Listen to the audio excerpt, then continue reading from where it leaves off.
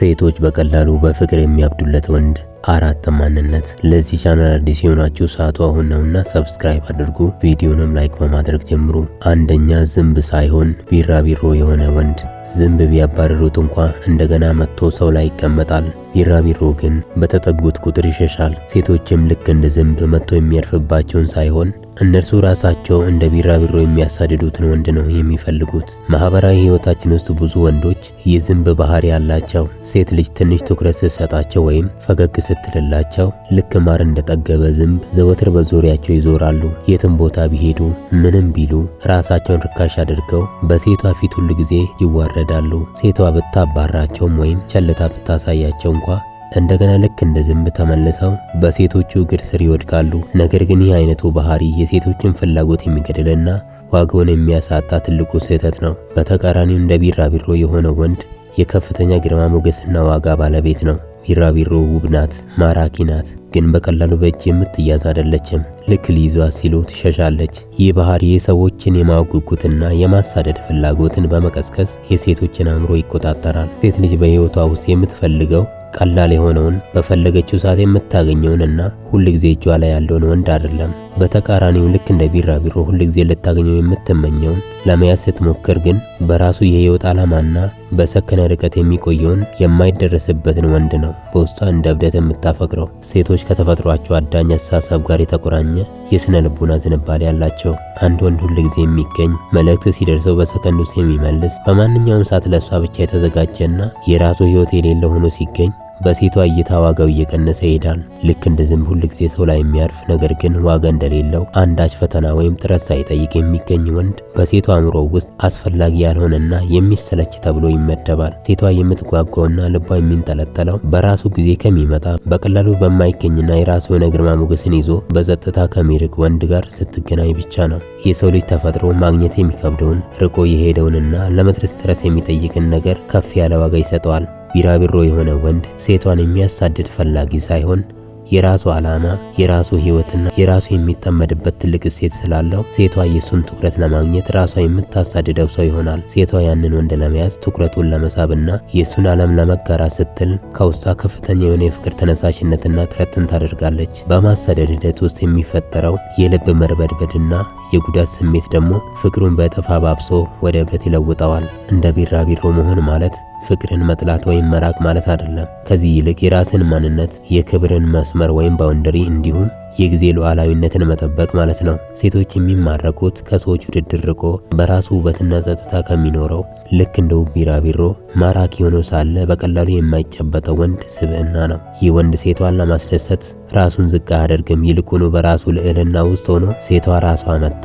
የሱን ዓለም እንድታውቀው ያደርጋል። ሁለተኛ፣ በሴቶች ስህተት የማይናደድ። ነገሩ ምንም ያህል የሚያበሳጭ ቢሆንም ስህተታቸውን ወይም ጥፋታቸውን እንደ ሕፃን ልጅ ስህተት አድርጎ የሚቆጥር ወንድ ለሴቶች ከባድ ፈተና ነው። ምክንያቱም ሴቶች ደስታን የሚያገኙት ወንዶችን በማበሳጨት ነው።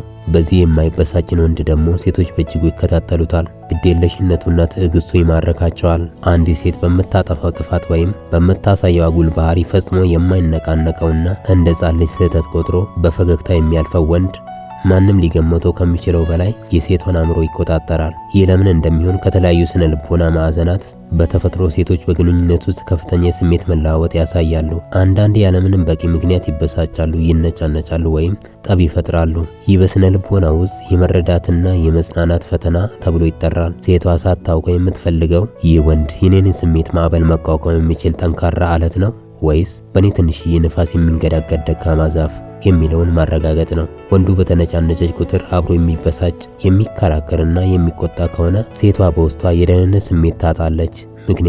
ምክንያቱም እሷ ስትወድቅ ሊደግፋት የሚችል አቅም እንደሌለው ስለሚሰማት ነው። ነገር ግን ነገሩ ምንም ያህል ቢያበሳጭ ወንዱ በሰከነ መንፈስ ስህተቷን እንደ ሕፃን ልጅ ግትርነት አይቶ ዝም ሲል ወይም በለስላሳው ፈገግታ ሲያልፈው በሴቷ አእምሮ ውስጥ እጅግ ጠንካራ የሆነ የአስተማማኝነት ስሜት ይፈጠራል። የሱ የማይናወጥ መረጋጋት ለሷ ትልቅ የስነ ልቦና ማረፊያ ይሆንላታል። ሰዎች ሌላውን ሰው ሲያበሳጩ በተዘዋዋሪ በዚያ ሰው ስሜት ላይ ስልጣን አላቸው ማለት ነው። ሴቶች ወንዱን አበሳጭተው ሲያናድዱት እኔ በፈለግኩበት ሰዓት ላስደስተው፣ ላሳዝነው፣ ላናድደው እችላለሁ የሚል የውስጥ የድል ስሜት ይሰማቸዋል። ይህ ደግሞ በግንኙነት ላይ የኃይል ሚዛኑን ወደ እነርሱ እንዲያዘነብል ያደርገዋል። ነገር ግን በዚህ ሴት ፊት ያለው ወንድ ፈጽሞ ስሜቱን የማይሰጥ ቁጣዋን እንደ ተራ ነገር የሚቆጥርና ግድ የለሽ ሲሆን የሴቷ ዋነኛ መሳሪያ ከንቱ ይሆናል። ስታበሳጨው አለመበሳጨቱ ስልጣኑን አሳልፎ እንዳልሰጣትና አሁንም የራሱ ስሜት ጌታ ራሱ መሆኑን በግልጽ ያሳያታል። ይህ የቁጥጥር ማጣት ደግሞ ሴቷን እጅግ ይፈትናታል። በእልህና በማጉጉት ተገፋፍታ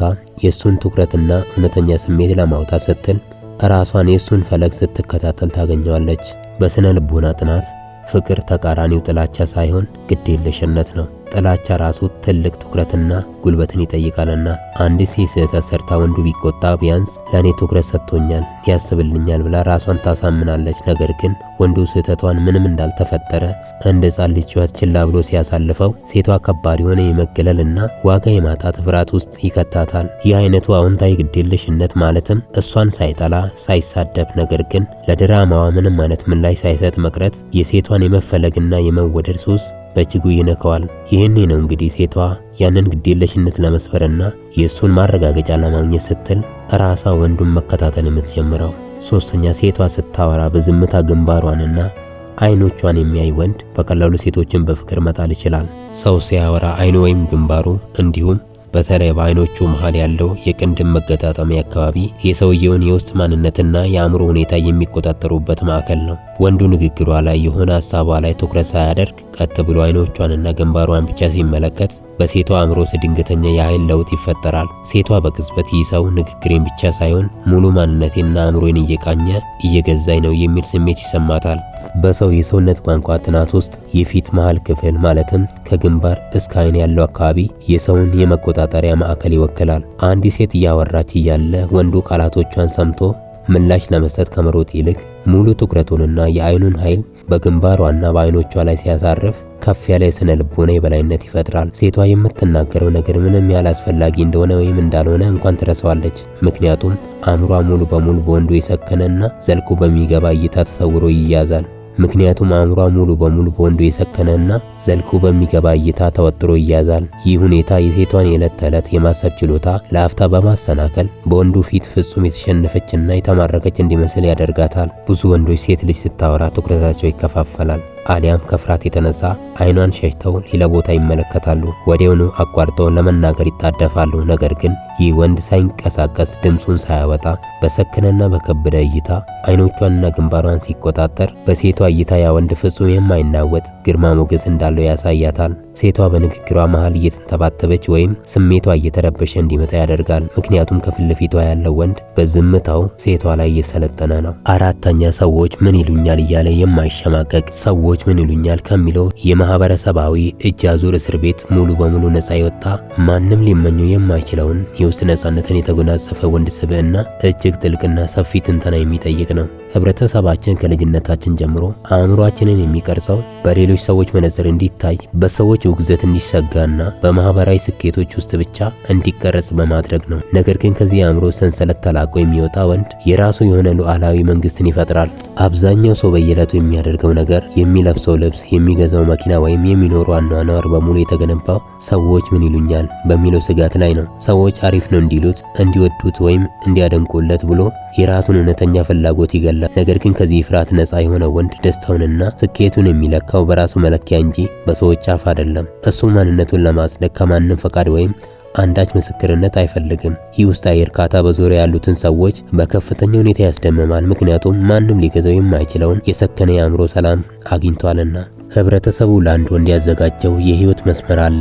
እንዲህ መስራት አለበት፣ በዚህ ዕድሜ ይህንን ማሳካት አለበት፣ እንደዚህ ካላደረገ ስህተት ነው የሚሉ ስፍር ቁጥር የሌላቸው ድብቅ ህጎች አሉ። ነገር ግን ሰዎች ምን ይሉኛል ብሎ የማይጨነቀው ወንድ እነዚህ የውሸት ስነ ስርዓቶች ያለምንም ማመንታት ይበጥሳቸዋል። የራሱ የሆኑ እሴቶች፣ የህይወት ፍልስፍናዎች እና አቋሞች አሉት።